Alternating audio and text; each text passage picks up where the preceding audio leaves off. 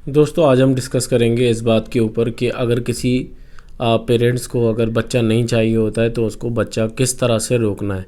Medical science की दुनिया में बहुत सारे मेथड है। अगर बच्चा रोकना है आपको तो वो कई सारे मेथड अपनाए जाते हैं। सबसे पहला अगर मेथड की हम बात करें तो सबसे पहला मेथड माना जाता है कैलेंडर मेथड या फिर ओजिनो मेथड। ओजिनो एक साइंटिस्ट थे जिन्होंने बताया था कि इतने से इतने दिन तक के बीच में अगर आप सेक्सुअल इंटरकोर्स करेंगे यानी सेक्स करेंगे अपने पार्टनर के साथ तो कोई फ़ायदा नहीं होगा। कोई फ़ायदा इन द सेंस कि बच्चा आपका नहीं होगा।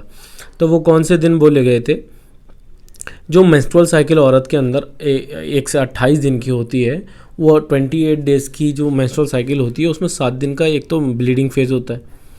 तो उसमें जो बीच का 14वां दिन होता है ना, इस साइकिल के बीच के 14वां दिन, ये इम्पॉर्टेंट डे होता है। अगर इस टाइम आप अगर सेक्सुअल इंटरकोर्स करते हैं तो फिर फ्यूजन होने के चांसेस होते हैं, मतलब स्पर्म का ओवम से मिलने के चांस होते हैं, क्योंकि 14वें दिन ही ओवा जो होता है वो पूरा मेच्योर होके बाहर आ चुका होता है हमारी फेलोपियन ट्यूब में, जो औरतों के अंदर या लड़कियों के अंदर होती हैं।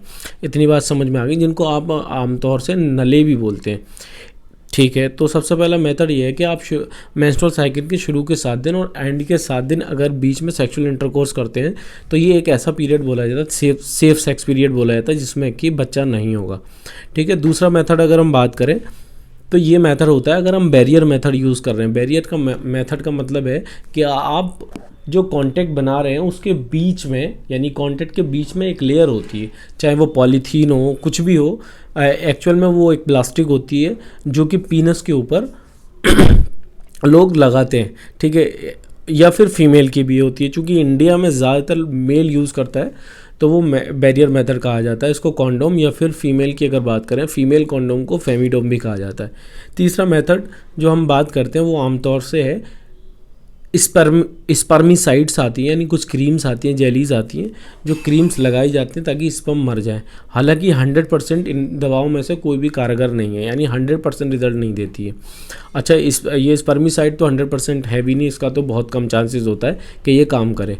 अच्छा, जो काम करता है वो पिल्स आती हैं, 28 डेज़ की भी पिल्स आती है, और एक पिल्स आती है उसको बोलते हैं अनवांटेड 72।